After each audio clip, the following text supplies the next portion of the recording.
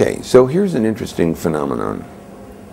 We know that you don't read every book that's published, you don't see every movie that's produced, you don't watch every television program and every radio program. Something is helping you decide what to look at, what to read. Part of the something we'll call advertising information. And I want to make sure that we recognize that this is information.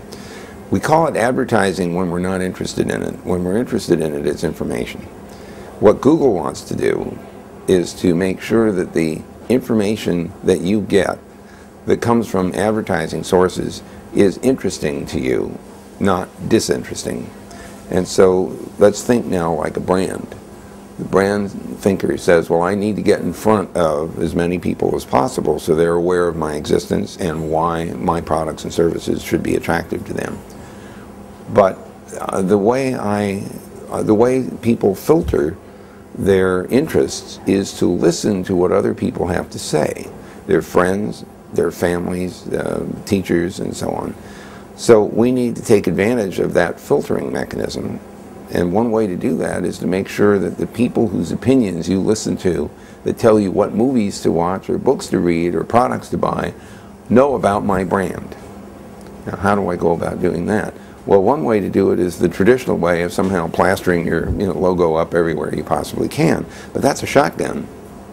The more interesting thing to do is to get your brand in front of someone who has some authority and interest in the products and services associated with that brand, so that that person now becomes an anchor and whose opinion now counts in his or her circle of friends.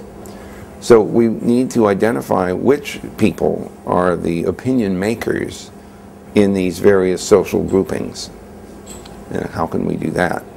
Well, Google, in a way, has a tool which helps us do that, because the way we present advertising information is to put it up only if we think it is really of interest to that party. And in fact, the thing that makes our advertising mechanism so valuable is that we're pretty good at getting an ad that someone will click on in front of that person.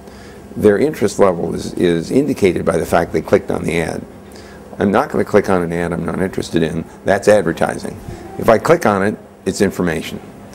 So we have a built-in filter to find the people who are interested in this particular brand or in the products associated with it. So now what we need to do is to help the person who clicked on that ad become an opinion maker. And one way to do that is to say, well, if that person is part of a social network, then the fact that they clicked on the ad gives me an opportunity to give them a tool for making their interest in my brand known to their friends. So when you look at Open Social, you discover mechanisms in there that allow people to tell their friends or draw attention to their friends to things that they have seen that they think their friends would be interested in.